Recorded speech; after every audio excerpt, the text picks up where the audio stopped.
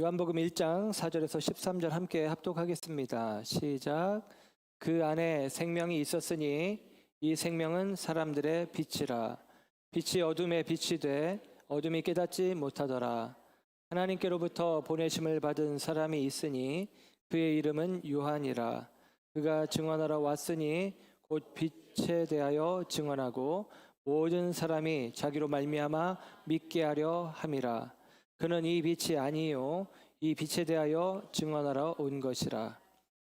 참 빛 곧 세상에 와서 각 사람에게 비추는 빛이 있었나니 그가 세상에 계셨으며 세상은 그로 말미암아 지은 바 되었으되 세상이 그를 알지 못하였고 자기 땅에 오매 자기 백성이 영접하지 아니하였으나 영접하는 자 곧 그 이름을 믿는 자들에게는 하나님의 자녀가 되는 권세를 주셨으니 이는 혈통으로나 육정으로나 사람의 뜻으로 나지 아니하고 오직 하나님께로부터 난 자들이니라. 아멘. 아멘. 할렐루야. 이 아침에 하나님의 사랑하심과 은혜가 저와 여러분 가운데 함께하기를 축복합니다. 특별히 성탄의 계절 저와 여러분 가운데 그리스도께서 여러분의 삶의 자리에 임재하시고 함께하시며 은혜 베푸시고 또 이 우리들의 마음 가운데 하나님께서 따뜻함을 더하시고 밝음을 더하시는 복된 역사가 있기를 축원합니다. 우리가 요한복음을 함께 살피고 있고 오늘은 요한복음 강의 세 번째 시간 각 사람에게 비추는 빛이라는 제목으로 말씀을 전합니다. 첫 시간에 우리는 말씀이 태초에 말씀이 계시니라. 말씀이 예수님이고 예수님이 본래부터 하나님과 함께하였다. 예수님은 하나님이시다라는 사실을 확인했고요. 그리고 그 말씀으로 우리가 창조되었음을 확인했습니다. 그리고 두 번째 시간을 통해서 우리는 그 말씀, 하나님이신 말씀이 신이 되어 우리 가운데 오셨다라고 하는 것을 살폈죠. 예수님께서 우리 가운데 오셨습니다. 그리고 우리의 삶 가운데 하나님의 영광을 나타내 주시고 은혜와 진리로 은혜 위에 은혜 이제까지의 모든 은혜를 대신하여 온전하신 은혜로 우리 가운데 함께 하심을 보게 되어집니다. 그리고 우리는 말씀이 육신이 되신 것처럼 말씀이 내 삶을 통해서 구체화되어지기를 원하는 마음, 그 마음들을 품기도 합니다.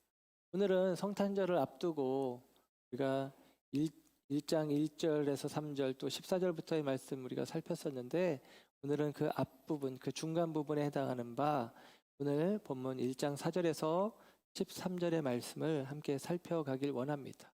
예수님이 오셨는데 말씀이신 예수님이 오셨는데 그 예수님은 오늘 본문을 통해서 우리 가운데 이야기해 주기를 생명을 가지고 계신 분이고 참 빛이신 분이다. 그분을 우리가 영접해야 된다. 그 이야기를 오늘 성경이 해주고 있어요. 어떤 분의 표현으로 이 시대를 가리켜서 영적인 블랙아웃 시대다라고 이야기를 합니다. 블랙아웃. 이게 대규모 정전 사태를 표현하는 말인데요. 뭐 발전소가 뭐 만약에 고장이 난다거나 또 여름이나 한겨울에 전력을 많이 사용해서 블랙아웃이 되어질까 두렵다 이런 표현들을 뉴스 기사로 보기도 하는데요. 대규모 정전 사태를 블랙아웃이라고 표현합니다. 그러면은 흑암이 있고 추위가 있고 그렇겠죠. 그럴 것입니다. 또 이 블랙아웃이라는 의미는 일시적인 의식 상실 상태, 갑자기 정신을 잃는다든지 그랬을 때 블랙아웃이라는 표현을 쓰기도 합니다. 그와 같은 상황 가운데 있는 게 오늘의 시대가 아니냐 이야기하는데 그렇습니다. 오늘의 시대가 영적인 의미의 블랙아웃 시대가 아닌가라는 생각을 다시 한번 해보게 됩니다. 그 영적인 의미의 블랙아웃 시대에 우리가 이제 필요한 것은 무엇이냐? 빛이 임하여지는 거죠. 어두움 가운데 있는 우리 가운데 영적으로 어두워진 인생들 가운데 빛이 임하여져야 된다라고 이야기를 하는 것입니다. 그리고 오늘 사도 요한은 우리에게 말씀해주고 있어요. 빛이 임하였다. 그리고 그 빛은 다름 아니라 참빛이다라고 이야기를 해주고 있습니다. 오늘 본문 1장 9절에 보면 참빛 곧 세상에 와서 사람에게 비추는 빛이다. 참 빛이 우리 가운데 왔다. 참 빛이 우리 가운데 부어졌다라고 이야기를 해주고 있습니다. 여러분, 참 빛이 필요해요. 사도 바울은 고린도후서 11장 14절에 이런 표현을 씁니다. 사탄도 빛의 천사를 가장하여. 사탄이 빛의 천사의 모습, 빛의 모습으로 우리 가운데 나타날 수 있다라고 이야기를 해줘요. 그래서 빛은 빛인데 그냥 빛이 아니라 참 빛이 우리 가운데 필요하다라고 성경은 이야기를 합니다. 여름철 같을 때 전류가 흐르게 하는 철망 안에 불빛을 비추어서 풀벌레들이, 날벌레들이, 모기들이, 혹은 하루살이 그런 것들이 이제 거기에 불빛에 모여들어서 이제 그걸 죽게 하는 그런 장치가 있잖아요. 그 등을 뭐라고 하던데 아무튼 그 등이 있는데요. 갑작스럽게 소리가 딱딱 소리가 나면서 깜짝깜짝 놀래기도 합니다. 여러분, 그 풀벌레들이 빛을 향해서 나아가는데 그 빛은 빛이죠. 그런데 그 빛은 참 빛이 아니에요. 왜냐하면 빛의 속성은 생명에 근원되어지는 것인데 그 빛은 살리는 빛이 아니라 죽이는 빛이기 때문에 동해안에 이렇게 밤바다를 이렇게 바라보고 있으면 바다 중간에 환하게 불빛을 밝히고 있는 배들을 봅니다. 오징어 배죠. 오징어 배의 등을 환하게 밝히고 있는데 그를 집어등이라고 표현을 해요. 집어등. 물고기를 모으는 불이죠. 물고기를 모으는 불인데 그 오징어를 모으는 불은 살리는 불이 아니라 그들을 잡아 죽이려는 불입니다. 그걸 모르니까 그 속임의 불에 끌려가서 결국에는 오징어가 우리들의 뱃속으로 들어오게 되어지는 거죠. 그렇게 불 가운데는 살리는 빛이 있고 죽이는 빛이 있는데 저와 여러분에게 필요한 것은 살리는 빛, 참 빛이 필요하다. 사탄은 저와 여러분을 기회를 틈타 해하려고, 상하게 하려고, 죽이려고 하는 존재가 아닙니까? 사탄도 빛의 천사로 가장하여 우리 가운데 다가옴을 우리는 조심스럽게 바라보아야 합니다. 물론 오늘 성경에서 말하는 참빛은 가짜와 대비되는 진짜라는 의미의 참빛을 표현하기도 하지만 또 다른 의미로는 이 참이라고 하는 이 원어적인 의미 알레시노스 이렇게 발음이 좀 애매한데 알레시노스라고 하는 이 말은 원형으로서의 의미를 갖고 있어요. 그러니까 원형으로서의 빛이라는 것입니다. 원형으로서의 빛. 가짜, 진짜 개념보다는 사실은 본래적인 의미는 원래의 빛. 바꿔 말하면 원래의 빛이 있다면 원래의 빛이 아닌 빛도 있다라는 것이죠. 이 원래의 빛이 아닌 빛, 그러나 그 빛은 역시나 살리는 빛인 경우가 있는데 오늘 본문에 보면 1장 6절부터 9절까지 1장 6절부터 8절까지 세례 요한의 증언이 나오거든요. 여기 보면 오늘 본문 가운데 보면 보냄을 받은 사람이 있는데 요한이다. 그 요한은 그가 빛에 대해서 증언하려고 하는 것이다. 그래서 그 빛을 믿게 하려는 것이다. 그는 이 빛이 아니다라고 이야기를 합니다. 세례 요한은 선지자입니다. 그리고 세례 요한의 이전에 수많은 선지자들이 있었어요. 그 선지자들은 빛을 전하는 자들이었어요. 빛을 바라는 자들이었죠. 그래서 사람들로 하여금 죄 가운데가 아니라 생명 가운데 살아가도록 하기 위해서 선지자들이 하나님의 말씀을 증거하는 일들을 했습니다. 구약의 이야기가 다 그 이야기겠죠. 예수님 오시기 이전의 이야기들이 다 그런 이야기일 것입니다. 그런데 신약에 와서 예수님이 이 땅에 성육신하여서 오신 2000년 전 아기 예수 우리 가운데 오신 사건을 이야기하면서 사도 요한은 이야기하는 거예요. 참 빛이다. 원형으로서의 빛이다라는 것이죠. 그 이전의 빛은 살리는 빛은 빛인데 반사체로서의 빛이고 예수님은 발광체로서의 빛이다라고 이야기를 해주는 거예요. 반사체로서의 빛의 말씀을 듣고도, 선지자들의 말씀을 듣고도 회개하고 돌아오는 일들이 있었어요. 그런데 그 빛의 모체이고 원형이신 예수님이 우리 가운데 오셨다라고 한다면 여러분, 마땅히 그 빛을 받아들이는 것이 너무나 마땅하고 너무나 당연한 것 아니겠습니까? 그런데 오늘 성경의 이야기는 그 빛의 원형, 발광체 자체이신 예수님, 하나님의 본체이신 예수님, 하나님의 영광이신 예수님, 그 예수님이 이 땅에 오셨는데, 그런데 성경의 이야기는 뭐냐? 세상이 그 빛을 받아들이지 않았다는 거예요. 예수님을 영접하지 않았다라고 이야기를 하고 있는 것이죠. 오늘 본문 10절의 말씀을 보면 이렇게 기록되지 않습니까? 그가 세상에 계셨으며 세상은 그로 말미암아 지은 바 되었으되 세상이 그를 알지 못하였고 자기 땅에 오매 자기 백성이 영접하지 아니하였으나, 그럽니다.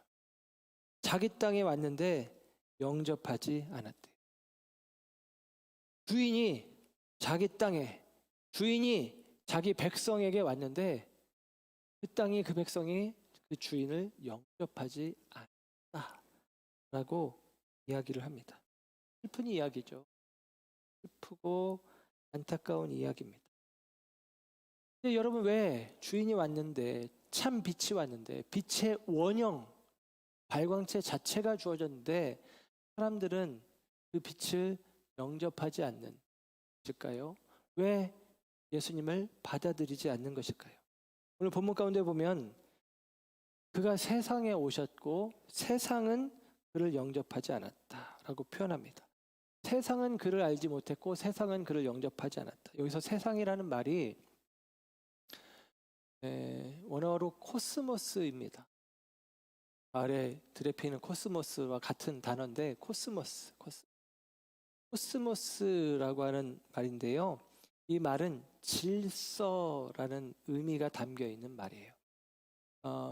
창세기 1장에 보면 태초에 하나님이 천지를 창조하셨다. 땅이 혼돈하고 공허하며 흑암이 깊음 위에 있고 하나님의 영은 수면 위에 운행하셨다. 하나님이 이르시되 빛이 있으라 하시니 빛이 있었다. 이게 이제 창세기 1장 1절에서 3절, 우리 성경 전체의 서론에 해당하는 부분, 가장 중요한 부분이거든요. 그런데 하나님이 천지를 창조하셨는데 그 창조의 이야기를 어떻게 표현하면 땅은 혼돈하고 공허하고 흑암이 깊음 위에 있었다라고 표현해요. 그러니까 이 의미를 헬라어 성경에서 70인역에서 이제 히브리어 성경을 번역할 때는 혼돈이라는 말을 말하자면 카오스라고 표현을 해요. 그리고 그 카오스가 하나님께서 빛을 부여하심으로, 진리를 부여하심으로, 질서를 부여하심으로 코스모스의 세상, 우리가 보는 바, 우리가 경험하는 바, 우리가 확인하는 바, 이 세상이 되었다. 이 세상을 코스모스라고 표현을 합니다. 코스모스라고 표현을 해요. 코스모스가 되었다라고 이야기를 해요. 그래서 하나님께서는 그 코스모스가 되어진 세상을 보시며 보시기에 좋았다라고 말씀을 하신 거예요. 오늘 성경의 이야기는 이 세상이 바로 코스모스, 질서 있는 세상이라는 거예요. 근데 이 질서 있는 세상에 빛이 임하여지는 거예요. 예수님이 오시는 것입니다. 의미가 무엇일까요? 질서가 깨진 거예요. 원래 이 세상은 하나님께서 질서 있게 만드셨다라는 것이죠. 그런데 질서가 우리의 죄로 말미암아 깨졌고 이 세상이 하나님 보시기에 좋았는데 보시기에 악한 세상으로 바뀌어진 것입니다. 저는 이 코스모스, 이 세상이라는 단어가 예수님을 거절한 이유가 아닐까라는 생각을 해봅니다. 왜냐하면 이 세상은 예수님이 이 땅에 오시기 전에 하나님의 눈으로 볼 때는 그 질서가 깨졌는데 사람들의 눈으로는, 사람들의 판단으로는, 사람들의 생각으로는 이 세상이 질서 있게 운영되고 있다라고 생각하고 있는 거예요. 물론 처음에는 하나님의 질서가 있었는데 그 질서가 깨졌어요. 죄로 말미암아 깨졌어요. 우리는 타락했어요. 그런데 사람들은 죄를 깨닫지 못해요. 질서가 깨어진 걸 몰라요. 하나님의 뜻이 멈춰진 걸 몰라요. 그러니까 이 세상에 운행되어지고 있잖아요. 나름대로의 법과 제도와 그리고 사람들의 도덕과 윤리로 운영되고 있잖아요. 그러니까 이 세상은 질서 있는 세상이라고 여전히 생각을 합니다. 그리고 이 세상 가운데 새로운 질서가 부여되는 것에 대해서 기대하지 않아요. 요구하지 않아요. 그래서 새로운 질서를 가지고 회복시키기 위해서 우리 가운데 오신 예수님, 그 예수님을 거절하고 있다라고 이야기하는 것입니다. 그래서 오늘 본문 10절에도 이 세상이 원래 모습을 표현하는데 10절에 그가 세상에 계셨고 세상이 그로 말미암아 지은 바 되었다. 말씀이신 그리스도로 지은 받은 세상은 질서 있는 세상이었어요. 그런데 그 세상이 깨어졌다라고 이야기를 해주고 있습니다. 자신들은 더 이상 질서가 필요 없고 자신들은 어떻게 이 세상을 스스로 일구어 가야 될지 알고 있는 존재라고 스스로 생각하는 거예요. 소크라테스에 대하여 그리스 델포이 신전의 신녀가 신탁을 받아서 이야기를 합니다. 그리스 안에서 가장 지혜로운 사람은 소크라테스다. 누가 가장 지혜롭냐라는 그 이야기를 듣고 신전의 무녀가 이야기를 하는 거예요. 그 무녀의 이야기는 신탁, 신의 생각이라고 그리스 사람들은 생각하거든요. 소크라테스라고 대답을 한 것입니다. 소크라테스는 정작 그 대답을 듣고 나서 고민에 빠졌대요. 내가 가장 지혜로운 사람인가? 나는 아는 게 없는데. 그리고 나서 소크라테스가 답을 얻었습니다. 내가 지혜롭다고 인정받는 것은 나는 아무것도 모른다는 것을 알고 있기 때문이고. 무지의 지. 나는 모른다는 것을 안다. 내가 아무것도 모르는 걸 나는 아는데 다른 사람들은 자기들이 모른다는 것을 모르고 있다. 그래서 내가 그들보다는 지혜로운 사람이라고 인정받았구나. 이렇게 깨달았다는 거예요. 의미가 있죠.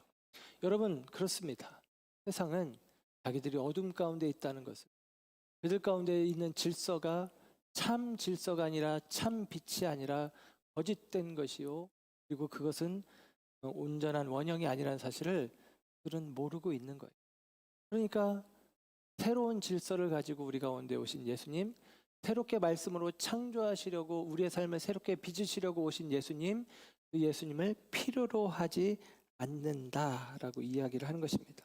실제로 고린도 후서 4장 4절에서 사도 바울은 우리가 예수님을 받아들이지 않는 그 까닭을 이렇게 설명을 해줍니다. 그 중에 이 세상의 신이 믿지 아니하는 자들의 마음을 혼미하게 하여 그리스도의 영광의 복음의 광채가 비치지 못하게 함이니 그리스도는 하나님의 형상이니라. 그리스도는 하나님의 형상, 하나님의 본체. 그 안에 영광의 복음의 광채가 있는데, 빛이 있는데 이 세상의 신, 상이요, 마귀요, 거짓이요, 그것이 믿지 않는 사람들, 마음이 어두워진 사람들, 그들을 혼미하게 하여 그 빛을 보지 못하게 한다라고 이야기를 하는 거예요. 그러니까 우리가 빛을 알지 못하도록 세상이 그 혼돈 속에서 갇혀 있다라고 이야기를 해주고 있습니다. 여러분, 가짜 신들이, 가짜 질서가 살리는 빛이 아니라 죽이는 빛인데 그 빛이 마치도 내게 필요한 것처럼 나를 살릴 것처럼 생각하며 그 옛 질서의 옛 가치관의 옛 신앙의 옛 상숭배에 사람들이 달려가고 있는데 결국 그것은 죽음을 향한 길이죠. 우리에게는 환한 빛처럼 보여요. 그러나 여러분 그 휘황찬란한 전깃불이 꺼져야 하늘에 있는 진짜 별빛이 생명의 빛이 우리에 보이는 법입니다. 그래서 오늘 성경은 안타깝게도 그가 자기 땅에 자기 백성 가운데 오셨는데 세상이 거짓 질서에 속은 세상이 새로운 질서를 거부하며 예수님을 영접하지 않았다라고 이야기를 해주고 있습니다. 그럼에도 불구하고 오늘 성경의 이야기는 그렇게 세상이 예수님을 인정하지 않는 그 틈바구니 속에 예수님을 영접하는 이들도 있었다. 라고 우리에게 이야기를 해줍니다. 그 세상의 질서에 함몰되어 예수님을 필요로 하지 않는 자들 가운데 내 인생 가운데 예수님의 필요하다, 예수의 빛비춤이 필요하다라고 예수 그리스도를 기대하던 영혼들에게 주님께서 찾아오셨을 때 영접하는 일들이 있었다라고 이야기를 하죠. 참빛이신 예수님을 영접한 사람들은 어떻습니까? 그들의 삶의 모습을 보면 그들은 어둠에서 돌이킨 자들이요 거짓 빛에서 참빛으로 나온 자들입니다. 그들은 어떤 이들은 예수님을 영접하는 과정 가운데 배와 그물을 버려두고 예수님을 따라가는 도 있고요. 그리고 세관원이라는 좋은 직업을 버리고 예수님을 따라가는 이들도 있고, 자기 재산을 팔아서 다른 사람들에게 나눠주고 예수 운동에 동참하겠다고 일어서는 사람도 있고, 어떤 이들은 마음의 깊은 어둠에 잠겨 있어서 스스로 일어서지 못하고 자포자기한 상태로 있던 그 인생들 가운데 예수라는 빛이, 생명의 빛이, 말씀의 빛이 비추어졌을 때 그 빛을 통하여 그 몸을 다시 한번 떨쳐 일으켜서 예수님을 따라가는 제자의 삶을 선택하며 살아가는 인생들이 있었다라는 사실입니다. 어떻게 이런 일들이 그들 가운데 가능했을까? 사도 바울은 고린도후서 4장 6절에 이 세상의 신에 의해서 광명의 빛이 가려졌다라는 말씀 다음에 고린도후서 4장 6절에 이렇게 이야기를 해줍니다. 어두운 데에 빛이 비추라 말씀하셨던 그 하나님께서 예수 그리스도의 얼굴에 있는 하나님의 영광을 아는 빛을 우리 마음에 주셨는 겁니다. 여러분, 이게 중요해요. 거짓된 빛은, 마귀는 우리로 하여금 참 빛을 보지 못하도록 어둠으로 가려버렸는데, 그러나 이 어두운 가운데 창세기 1장 1절 빛이 있으라 말씀하셨던 그 주님이, 그 하나님이 빛이 있으라 라고 말씀하시며 그리스도의 얼굴에 있는 하나님의 영광, 그리스도를 우리 가운데 보내주심으로 성육신하여서 우리가 그 얼굴을 봄으로 말씀이신 그분이 우리에게 보여지는 모습으로 오물을 통해서 우리 마음에 그 빛을 아는, 그 영광을 아는 빛을 비춰주셨다 이야기를 하는 것입니다. 무엇입니까? 하나님이 어둠을 뚫고 빛으로 우리 가운데 오시는 거예요. 오늘 본문 가운데 1장 5절에 보면 이런 표현이 나왔거든요. 빛이 어둠에 빛이 돼 어둠이 깨닫지 못하더라 그럽니다. 빛이 어둠에 비쳤는데 어둠이 깨닫지 못한다. 이 말의 의미는 말 그대로 깨닫지 못한다, 내 것으로 삼지 못한다, 이런 말이 있어요. 첫째 의미입니다. 두 번째 의미는 어떤 의미가 있냐면 이기지 못한다라는 의미가 있어요. 빛이 어둠에 빛이 돼 어둠이 빛을 이기지 못하느니라, 이렇게 해석할 수도 있는 말씀입니다. 우리가 깨닫지 못해서 받아들이지 않고 내 것으로 삼지 않는 마음들도 있지만 빛은 어둠은 빛을 이기지 못해요. 그러므로 여러분, 그 어둠을 뚫고 빛이 들어오는 것입니다. 그래서 고린도후서 4장 6절을 통해서 바울은 이야기하는 거예요. 우리 가운데 은혜의 빛이 비추어지는 것이죠. 그 어둠을 뚫고 빛이 비추어지는 것이죠. 그리고 그 빛을 우리는 확인할 수 있고 그 빛을 우리는 우리의 마음에 품을 수 있다, 영접할 수 있다라고 이야기를 하는 것입니다. 출애굽기의 말씀 가운데 사도 모세죠. 모세를 통해서 출애굽의 역사, 출애굽은 다름 아니라 구원 사건인데, 구원 사건이 있을 때에 애굽에서 건져내시는 과정 가운데 10가지 재앙을 애굽에 내리시죠.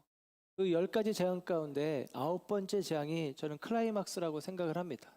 그 9번째 재앙이 무엇이냐면 흑암 재앙이에요.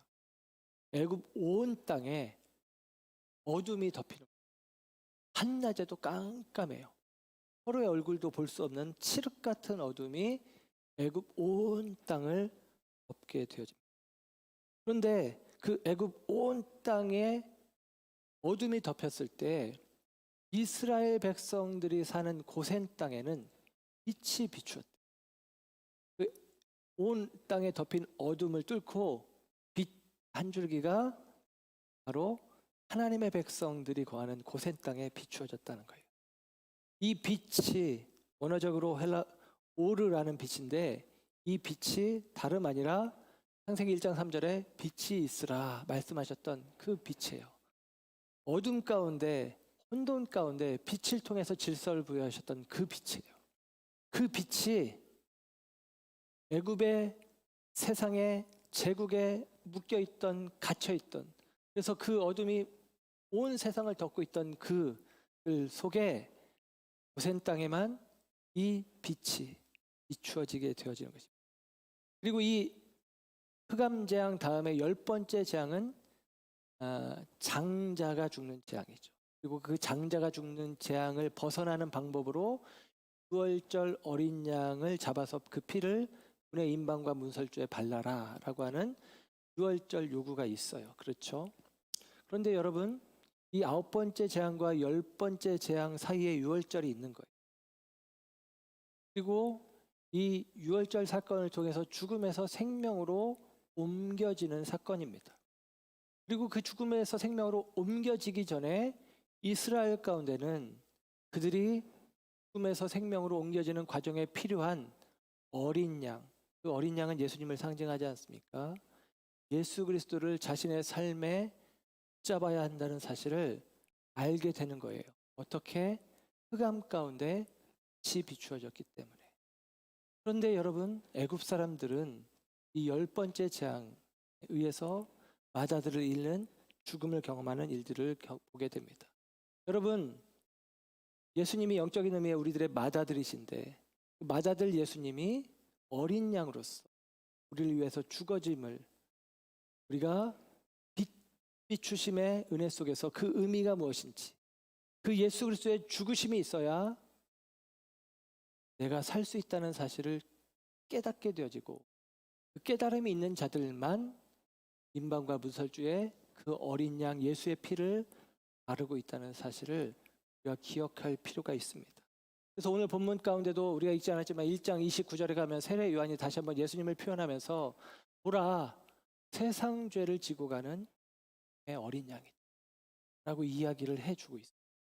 예수님이 어린 양이신 것, 세상 죄를 지고 가는 어린 양인 것, 그분으로 말미암아 우리의 죄가 도말되어지고 그분 안에서 우리가 새롭게 피조물이 되어진다는 사실을 이 비추심이 있어야 알 수 있는데 그 빛을 우리에게 비추어 주신다. 이게 바로 오늘 요한복음 1장이 우리에게 들려주는 이야기입니다. 그러므로 사랑하는 여러분, 저와 여러분이 이 빛이 우리 가운데 참 빛이 우리 가운데 왔다. 말씀이신 예수님이 우리 가운데 왔다. 그 예수님을 우리가 어떻게 해야 됩니까? 영접해야 된다라고 하는 것입니다. 이 성탄의 계절에 여러분 우리가 예수님을 영접해야죠. 세상의 기준으로 볼 때는 아기 예수, 아니 우리를 이끌어줄 왕으로서의 예수, 혹은 장군으로서의 예수, 멋진 말을 탄 힘센 장수로서의 예수가 아니라 오히려 우리의 돌봄이 필요한 듯한 어린 양, 아니 어린 아기의 모습으로 우리 가운데 왔을 때 세상은 그에게 질서를 구하지 않았고 도움을 구하지 않는 거예요.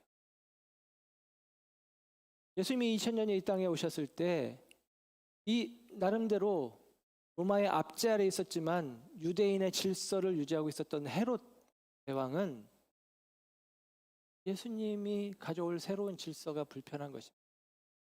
그는 예수 그리스도를 죽일 마음을 품고 그러나 동방박사 세 사람은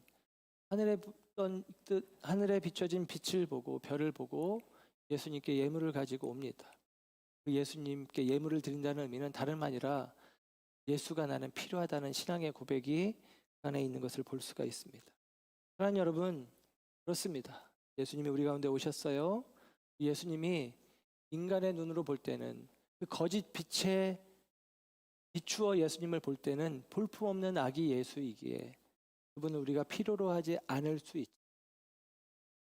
그분이 육체를 입고 이 땅에 오셨기에 그 연약함을 볼 때는 그분이 우리에게 필요하지 않은 것처럼 보일 수 있지만 참 빛이 어둠을 뚫고 우리의 자리에 왔을 때 우리는 어린 양 예수의 피 흘리심의 은혜가 필요함을 인정하며 예수님을 영접할 수 있는 자들이 되었다는 사실입니다. 오늘 본문은 우리가 잘 아는 말씀을 또 이야기하죠. 그렇게 영접하지 않는 세상 속에 영접하는 자들이 있었는데 오늘 1장 12절은 이야기합니다. 영접하는 자 곧 그 이름을 믿는 자들에게는 하나님의 자녀가 되는 권세를 주셨다라고 이야기합니다. 우리가 예수님을 영접하면 어떻게 되느냐? 하나님의 자녀가 된다라고 이야기하는 거예요. 하나님의 자녀가 된다는 의미는 뭐냐면 신분이 같아진다는 거예요. 새로운 자격이 주어지는데, 새로운 신분이 주어지는데 하나님과 동등한 신분이 된다는 것입니다. 여러분, 우리가 개를 키우기도 하고 고양이를 키우기도 하는데 많은 분들이 개는 이제 가족이다, 식구다 그렇게 이야기하는데, 여러분, 아무리 개가 내 식구다라는 마음이 있어도 개에게 사람의 지위를 부여하지는 않습니다. 개에게 사람의 지위를 인정하지는 않아요.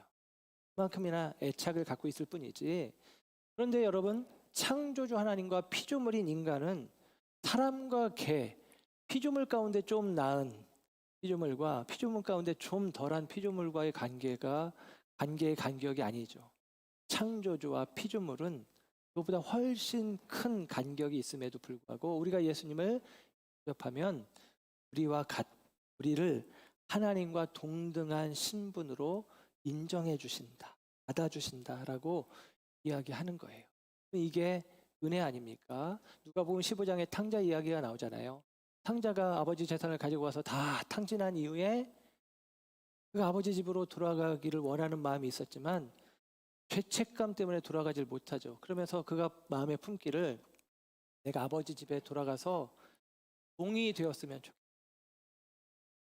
아버지 집에서는 종들도 그래도 밥은 먹고 사는데 내가 이렇게 돼지 시험 열매를 먹고 살 바에는 아버지 집에 가서 종의 자리만 얻어도 좋겠다. 그런 마음으로 돌아왔거든요.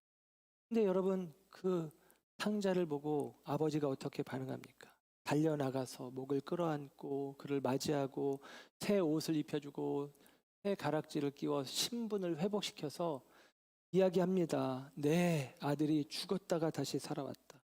내가 잃었다가 다시 얻었다 하면서 그 아들의 신분을 회복시켜. 여러분, 이거예요.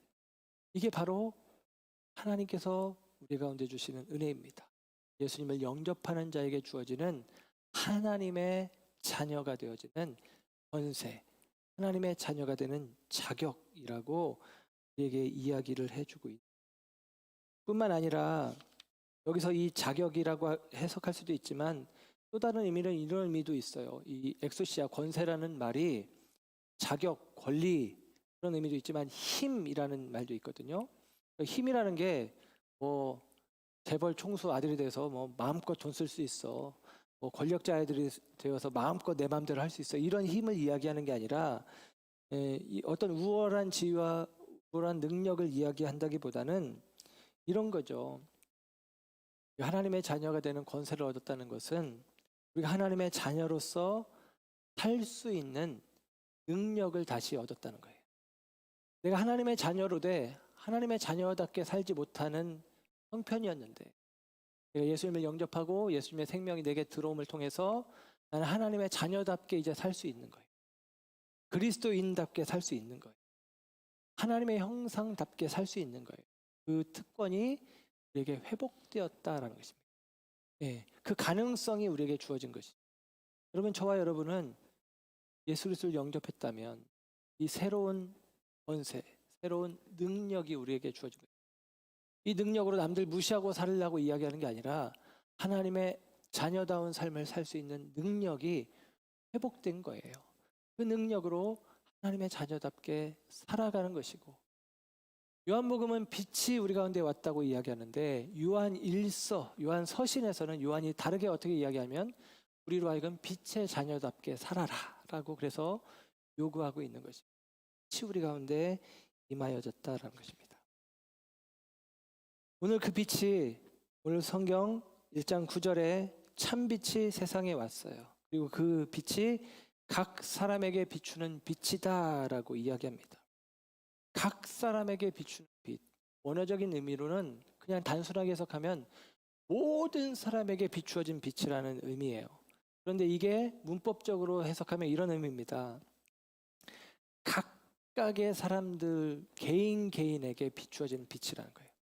그러니까 여러분, 이 말의 의미는 뭐냐면 이 빛은 모든 사람에게 비추어진, 한 사람도 예외가 없이 한 사람도 예외가 없이 예수 그리스도의 생명의 빛은 한 사람의 예외도 없이 모두에게 비춰지는데, 그 비춰지는 빛이 뭉뚱그려서 여기에 단체 가운데 꽉 주어지는 빛이 아니라 각자 각자에게, 한 사람도 예외 없이 각자 각자에게 빛이 비춰진다고 이야기하는 거예요. 이 의미가 중요해요. 그래서 각각에게 비춰진 빛이기 때문에 이 빛에 대한 반응도 각각입니다.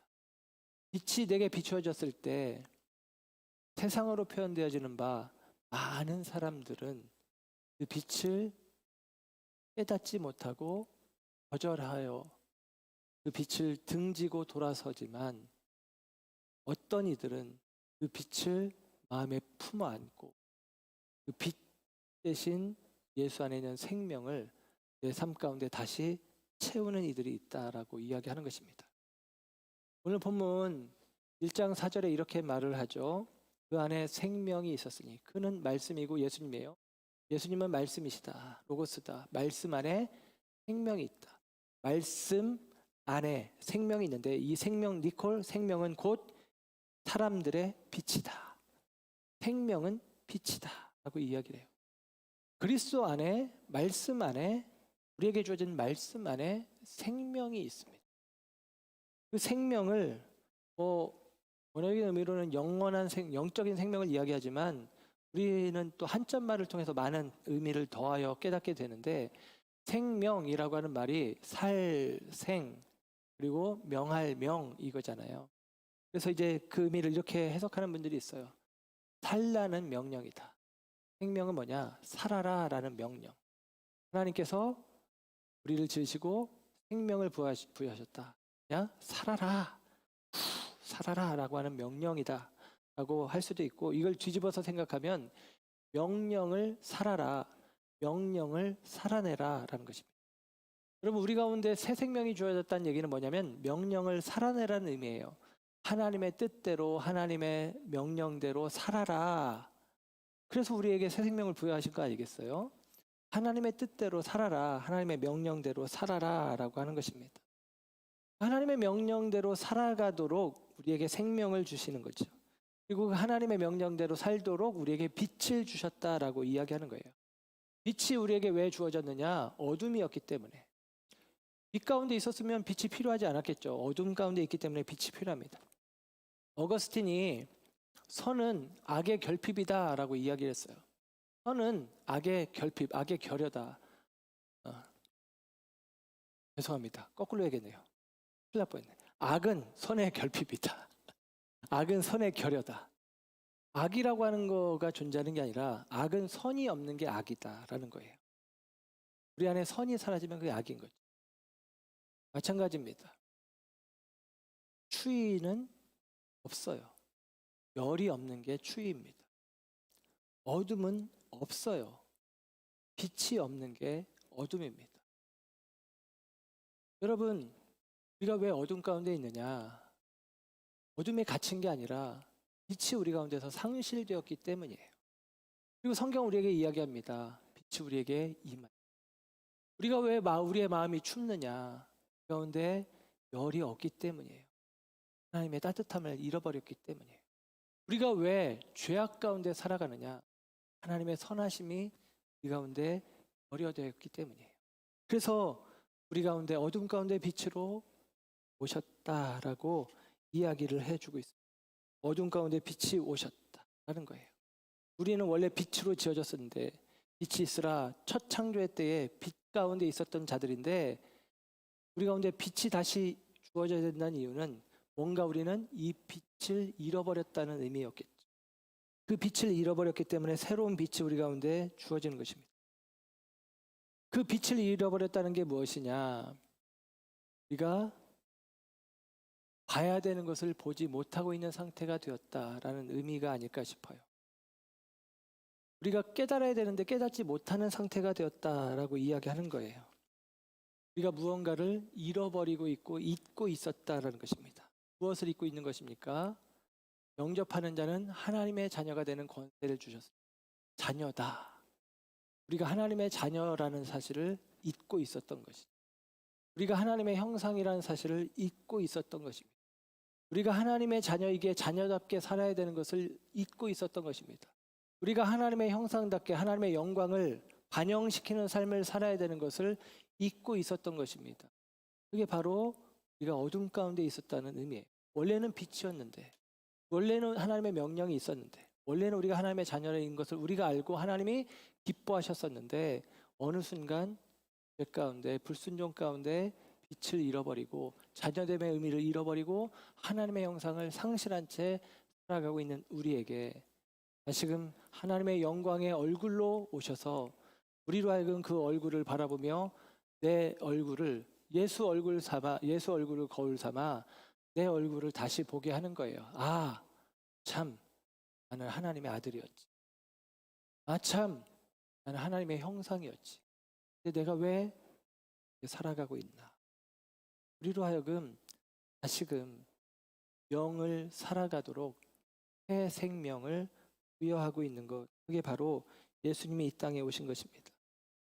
우리가 눈을 뜨고 있어도 빛이 없으면 볼 수가 없어요. 깜깜한 방 안에 들어가서 우리가 눈을 뜬다 한들 사물을 식별할 수 없고 분간할 수 없습니다. 그런데 거기에 빛이 더하여지면 우리가 그들을 볼 수가 있죠. 하나님 여러분, 그러므로 우리는 소망해야 합니다. 하나님, 내가 보기를 원합니다. 내가 눈을 뜨고 주님의 오심을 내가 목도하고 지켜보고 있습니다. 기대하고 있습니다. 주님, 내 내면의 자리에 빛으로 오시옵소서. 주님, 빛으로 내게 오셔서 나에게 잃어버린 생명을 다시 회복해 하시고 하나님의 명령을 살아내지 못했던 나의 삶이 다시금 하나님의 명령을 살아내는 삶이 되게 해 주십시오. 내가 잊고 있었습니다. 나 하나님의 자녀였는데 하나님의 자녀됨을 잊고 마귀의 자녀처럼 살았습니다. 내가 빛의 자녀였는데 빛의 자녀로 살지 못하고 어둠의 자녀처럼 살았습니다. 하나님, 내가 진리의 사람이었는데 거짓 진리에 미혹되어 그릇된 것을 쫓아 살았습니다. 여러분, 바로왕이 그 어둠이 흑암 가운데 고센 땅에만 빛이 비춰지는 그 상황 속에서 그 빛을 어둠을 걷어달라고 요청하면서 모세에게 한 이야기가 무엇인 줄 압니까? 다 가도 좋다. 너희의 소와 양만 남겨달라. 그것입니다. 여러분, 어둠에 있는 자들은 정말로 어리석은 것을 구합니다. 소와 양은 남겨달라. 여러분, 이게 합당한 요구입니까? 그들이 이제 생명을 잃게 되었는데, 자신의 생명을 잃게 되었는데 끝까지 소와 양을, 물질을, 거짓된 것들을 붙들고 있는 게 세상입니다. 사랑하는 여러분, 저와 여러분이 다시 한번 기억할 것은 예수 그리스도를 영접하심으로 빛이 우리 가운데, 우리 내면 가운데 오셔서 우리의 눈이 밝히 우리 자신을 볼 수 있길 원합니다. 하나님의 자녀, 하나님의 형상임을 보시고 권능도 주셨잖아요. 힘도 주셨잖아요. 하나님의 자녀답게 살아가시고 하나님의 형상답게 살아가시기를 결단하시길 원합니다. 그래서 영접한 사람들은 때로 소와 양을 붙잡는 게 아니라 배와 그물을 버려두고 자기의 좋은 직업을 버려두고 자기 소유를 버리고 힘을 내어서 따라가는 자의 삶을 살았던 자들이 예수 제자의 삶임을 기억하며 이 성탄의 계절에 저와 여러분들이 예수님을 영접한다는 것, 단지 입술로 예수님 믿어요 정도가 아니라 우리와 함께 하시는 예수님을 향하여 우리의 마음을 두고 그곳으로 향하여 한 걸음 한 걸음 하나님의 자녀로서의 믿음의 걸음을 내딛는 저와 여러분의 삶이 되시기를 주님의 이름으로 축원합니다. 기도하겠습니다. 좋으신 주님,